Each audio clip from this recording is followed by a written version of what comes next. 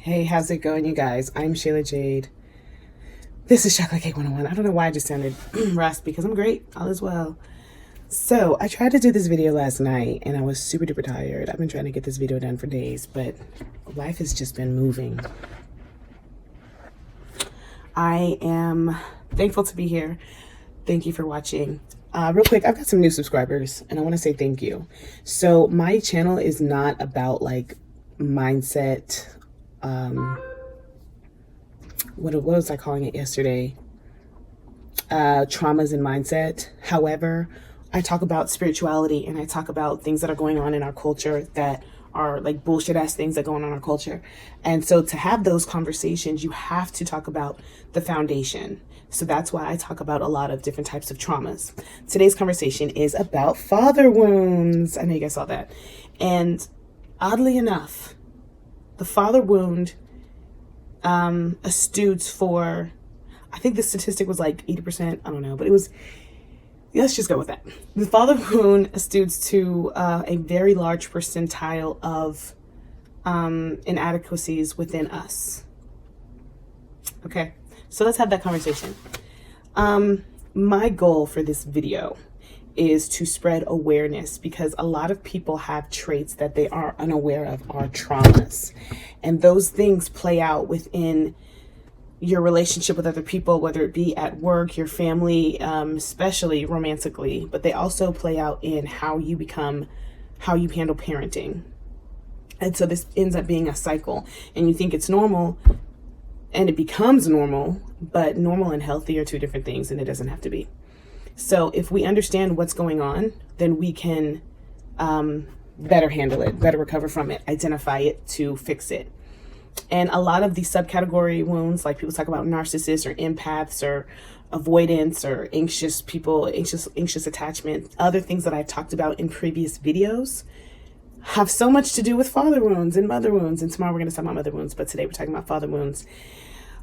Father wound is a trauma, or yes, I have notes, I didn't last night. Father wound is a trauma or an ill personality trait that can be linked back to an unbalanced dad situation during childhood. And the reason why childhood is so important is because we've talked about this within those first 7 years of a person's life. That's where they build most of their personality, and that's where they, that's where they get most of their personality from, is those first 7 years.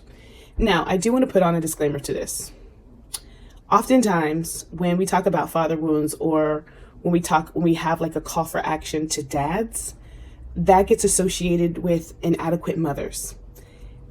Let's let that shit go, okay? There's no such thing. I'm not saying it's not true, and I'm not saying that there's no such thing as inadequate mothers. But a lot of times, an inadequate mother is two things. One, it's someone who's also suffering from her own father or mother wound. But two, I talked about this before, so I've talked about this many times. I'm going to say it again, and I'm going to give credit where it's due.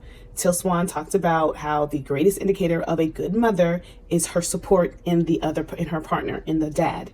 And the only reason why, going back to my masculine feminine video, Men Are From Mars, Women Are Venetian, is it in that video? It actually might be in one of the derivatives of that video where I talk about toxic men who are toxic feminine and women who are toxic masculine. I talk about how the masculine role is survival. That means that's your ego, that's the sun, that's everything that needs to happen for you to live on your day-to-day basis here on earth. So that's going to be physical protection, that's going to be food, that's going to be housing, that's going to be emotional protection, your safety. And when I say emotional protection, I'm talking about the safety that one would have to feel free enough to be who they are. And a lot of us do not feel safe to be who we are. Anyways, and then the feminine energy is about thriving. One can't exist without the other, but what fun would it be? Thriving. Girls just wanna have fun. We're talking about your creativity, ideas. This is when they say women make the house a home, or you give her sperm, she'll give you a baby. You give her food, she'll make you a meal. This is the thriving. So it's not just your basic survival. It is the creativity. It's the orgasmic sex. It's the fun. It's the adventures. It's the what are we going to do next? That is your feminine energy. And I've also said I've also said that everyone has both of these energies. They just have them to different degrees, right? Based off of their life experience and based off of whatever deal they made with their self before they got into this body in this time space reality. So, father, let's get into it, y'all. So first of all, there are so many different types of father wounds. Most people think that a father wound is not having a daddy or having a daddy that was only there part-time. But so many people have dads and still had father wounds because there's different types. And there's 4 main types, but then there's like subcategories, and then they can cross-examine each other because, okay? Well, let me answer that question. They can cross because we all have different personalities and we all have different situations. So let me get into it and you'll see what I'm talking about. The main one is an absent father. So this is a father that wasn't there, or he was physically absent, he was emotionally absent, or he was mentally absent, which to me, mentally absent is going to be more like a childish father or an immature dad, which is another archetype.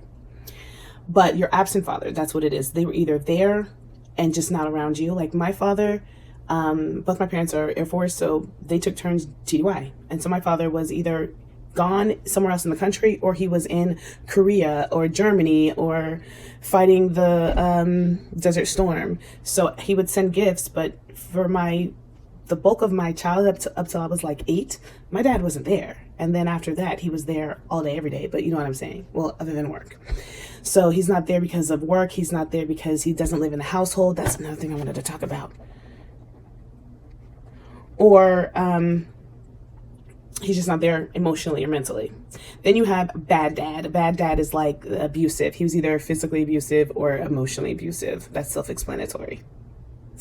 Then we have immature dad, which was I was talking about. I touched on earlier. Immature dad is the dad who just wasn't prepared mentally himself to take care of a family. So your survival is very inconsistent, maybe not being able to pay the bills on time, maybe in and out of your life, not able to take care of you, not able to protect you, not able to support you, not able to help you.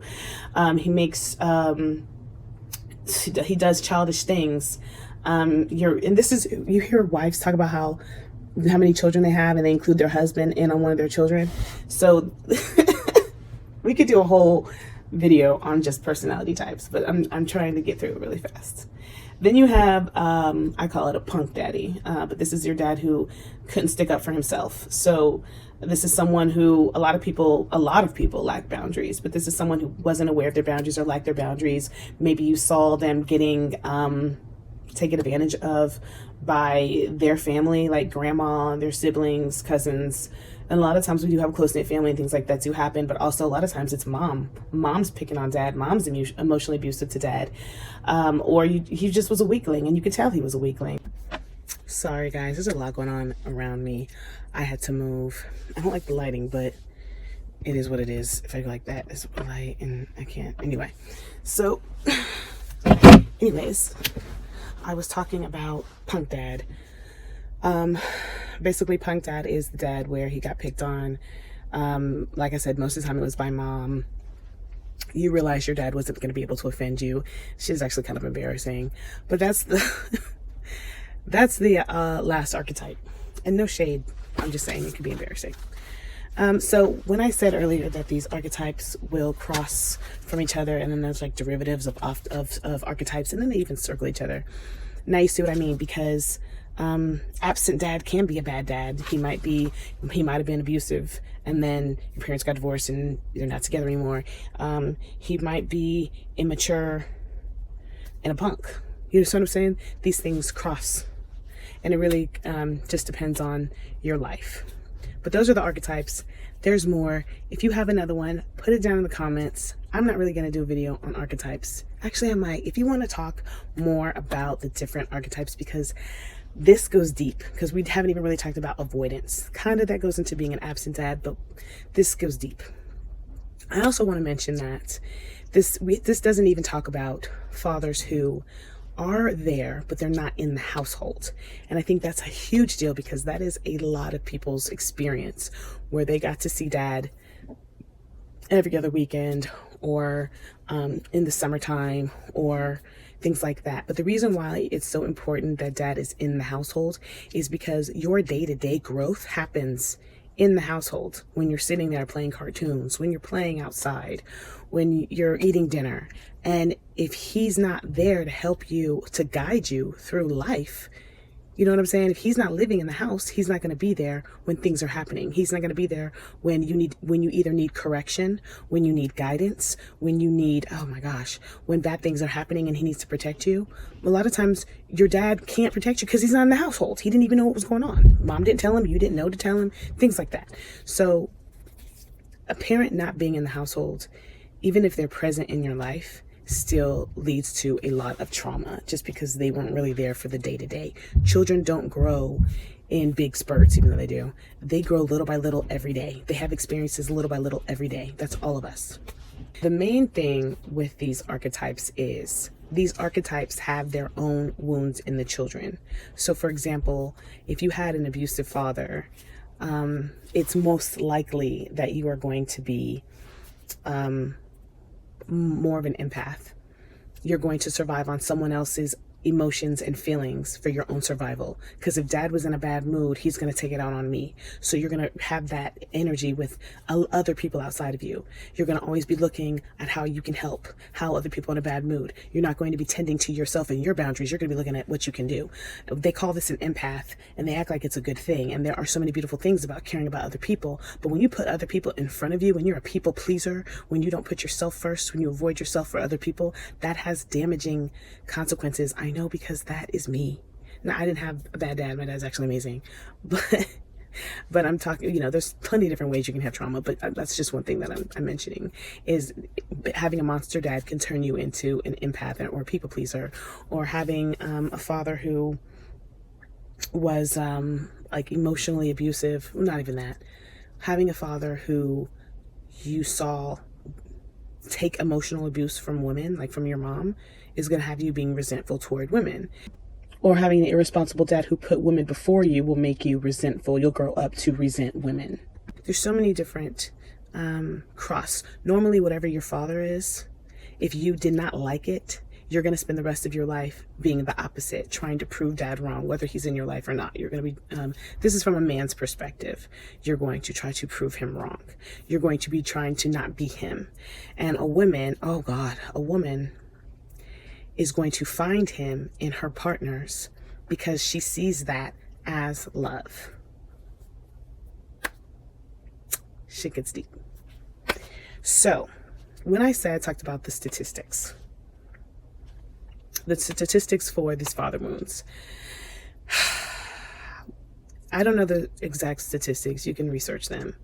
Like I said, I want to say it's something like 80%, but when they examine or research homelessness and teen pregnancy and people who struggle through life, whether it be emotionally or financially, or suicide, a large number, like 80% of these people, did not have a father or had a bad relationship with their father. Okay? And that's why this is such an important topic, because like I said earlier, a lot of traumas come from not having that guidance. And I also want you guys to understand the reason why it's such a big deal is because, I don't know if I said this already, I've done a lot of chopping and screwing on this video, but the man is the survivor. So when you don't have that survivor in your household, you now have to, mom is having to do that. So let me say this again. I might have to cut this out because I think I said it already. When I was talking about earlier, the greatest impact of the greatest indicator of a good mom is the support that she has in her father, the support that she has in her husband. That's because if he's doing all the survivor stuff, taking care of the household needs, the everyday needs, she can now focus on her job, which is taking care of the family. We have outsourced the family, as in there's someone that you can pay to clean, to cook, to do the laundry, but you still can't outsource emotional love. Sorry, guys. And people try to do that, especially through money, and they find out that the person that they are caring for and throwing all this money at doesn't really care about them. So you cannot outsource emotional love. But before, even in the outsourcing of the home, you're still not getting the quality that mom would have. So you might get someone to come cook, but are they actually really caring about the ingredients, the things that are in the meals? So what a woman who is happy and has everything that she needs, what she is doing is she, to the best of her ability, she's able to do the things the research that a family would need to survive. So she would not only just help with the household things, what needs to be done in the household, manage the household, but she's also managing each individual member of the family. So this is the one who is understanding what's going to go on in your life. What do you need on the day to day? Not just the kids, but the husband and the household, which is a big job. And when she does not have the support that she needs, as in there's no survivor, there's no partner, guess who has to do that? She has to do it. Now she's too tired to thrive. So these are these kids who, they have everything that they needed, but they felt neglected by both parents, because if dad's gone and mom's always at work, they don't have anybody. Guess who's raising the kids? BET? MTV? Oh, MTV's not a thing anymore, is it? The TikTok is raising your children, and you better hope that there's some good ass role models on the gram, because that's who's raising the children. Society's raising the children. And now my battery's running low. Great.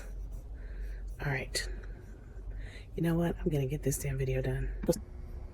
I had to move again because my battery died. Anyway, this is what I'm in the dungeon. I'm in the dungeon, y'all.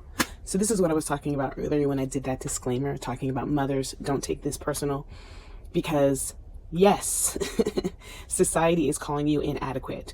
But you're not inadequate because you're inadequate. You're inadequate because you only have so much energy. And if that energy gets worn out on working a 40+ hour job and coming home and trying to figure out dinner and baseball practice and who's on first and all this other stuff, you still have to have that self-care for yourself. So a lot of times mothers who don't get the help that they need, they're tired, they're worn out, and that falls on the older siblings and just the kids in general. The kids have to take care of each other, or they just get neglected. So when you see children who aren't getting what they need or didn't get what they need, it's because it takes a village to raise a kid. So when dad's not around, when you don't even have two people, it sucks. And I do understand that these things are going to vary, because just because you didn't have dad around doesn't mean you didn't have aunts and uncles, granddad, grandparents, stepdad. And so these things do vary. And by the way, if you had a stepdaddy who's doing that thing, you're good. I'm not talking about that has to be biological dad. No, I just mean a male mentor in the house that himself is borderline healthy. I say borderline because you're never going to get anyone is not going to be all balanced.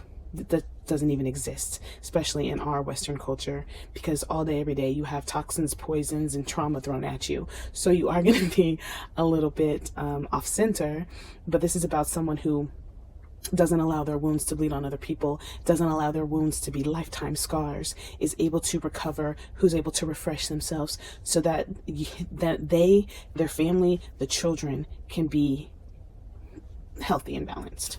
And by the way, it does exist, by the way. There's a lot of families that are happy and healthy. And there's a lot of Black families that are happy and healthy.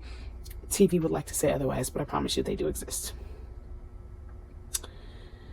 All right. So the core wounds in this, and this is very important, because people say, some people might say, why are fathers so important? Because what they provide. I said it earlier. Protection and safety, which is protection. But let's even go further. Most women who don't have a father have this, or didn't get the adequate love that they need, often tend to feel not enough, inadequate, missing pieces. Most people feel that way. And this, when you don't have a father, or you don't have that adequate presence, it does show differently in men and women through life. But the core things are not feeling prepared in life, not feeling prepared to take on bills, not feeling prepared to take on to be an adult, and not feeling good enough because you're not prepared. So, and this goes into my healing part. If you are someone who has wounds, father wounds, or even just wounds of not feeling safe physically, not feeling safe emotionally, not feeling safe in love, that's what I meant to say. People who have absent fathers normally don't feel safe in love. They don't feel safe to express their emotions. They don't feel safe to be vulnerable. They don't feel safe to love, to have that romance relationship. So when you think of I talked about the certified lover boy. Oh Jesus! I told you I'd be hitting him hard. Because what happened? Never mind. Anyway, I would say, what happened to Certified Lover Boy? His father was in and out, right? Okay, so like I said, when you have an absent father or a father who's not really there, you're going to have problems with love because you have problems with you feeling that you were loved. And so that's going to show in your relationships, your romantic relationships with other people. And that's the main toxic masculine wounded feminine issue, is not feeling enough, not feeling safe, not feeling loved, not trusting. All of this is about trust. If I have to say it again, trust. I've said this in so many videos. Not trusting yourself, not trusting the world around you, not trusting yourself enough to trust the world around you, not feeling like you are welcomed on this earth, which that goes into everything. I'm gonna try to keep this video short, so let's keep going. So if you are feeling like this, the best things that you can do is, of course, you already know I'm going to say shadow work, but even more importantly, reparenting yourself. Reparenting yourself is a big thing. You can look it up on the internet. A lot of people talk about reparenting yourself. There are affirmation tracks about reparenting yourself. What that means is be the parent that you wish you had. Be the father that you wish you had. Shout out to the late, great Brother Panic. You can Google him if you, not Google him, you can YouTube him, Brother Panic. He's a dark side. He's a left-hand pather. So just, if you're afraid of demons, maybe you shouldn't. But shout out to him. He said that if you did not have a father, if your child, he was giving this advice to this lady, if your child does not have a father figure, go buy him a doll, like a My Buddy, a little boy, if it makes you feel better. Like a My Buddy, one of those little dolls. I don't even know if they still make those little My Buddies. Go buy a doll and give it to your son and tell your son that you're his dad now, and have your son be a father. 2 years old, 3 years old, 4 years old, 5-year-old. Have your son be a parent to this thing, because it doesn't matter if you're receiving the love or if it's coming out of you. You are still getting the benefit from it. If you don't want to reparent yourself, and let me go into briefly what that could look like. There are videos about it. I'll talk about it in the future. But let's just say, write down some of the things that you don't like about yourself. Maybe you lack discipline. Maybe you're always late on your bills. Maybe you live paycheck to paycheck. Maybe you're not the best eater, or you have vulnerability issues with women. Whatever your things are, whatever you can identify, right? Write them down. And some of y'all would know what you would say to a friend or a nephew or a kid, but some of y'all don't. So maybe you can research these things on social media or get a therapist, or however you read a book. There's so many books. I have so many books right there on adulting. This is where you need to start having the discipline to say to yourself and make yourself do the things that a parent would say to you, or that you would say to your child. Correct the action. So if there were also, another thing, if there were things specifically that you felt your father could have done, write those things down and learn about the correct way. Because the point is, get prepared. Because we feel inadequate because we don't know. We don't understand how credit works. We don't understand how money works. We don't understand how freaking love works. So you get out to the world and you go to get your first apartment and your credit is already jacked because your single mom used your credit when you were 4. Didn't happen to me. I just dated a guy whose cousin had the light bill in the little 4-year-old's name, and I was like, oh, Brittany's paying the bills. But you get out into the world and you realize, I don't know how any of this shit works. And it's not just you, it's not just your parents. It's by design that you don't know how it works. 12 years of school and then nobody told you how to fucking flip a dollar. Learn it yourself and teach it. And that will help you that'll help you heal those wounds. Maybe that's what I'm doing with this channel. Anyways, I talked about shadow work. It's coming soon, you guys. It's been edited. I just have to reformat it because I fucked up. When you're writing a book for the first time, or I have several books I'm writing at the same time, but when you're writing a book and you're going through the process, you see the flaws and you mess up and you have to redo things, but that's okay because I will never make this mistake ever again. Anyway, I have a whole ebook. It'll be free. It's coming, about how to stabilize your state of being, your vagus nerve. This is so important. Everybody talks about it. You can YouTube vagus nerve. There's a book,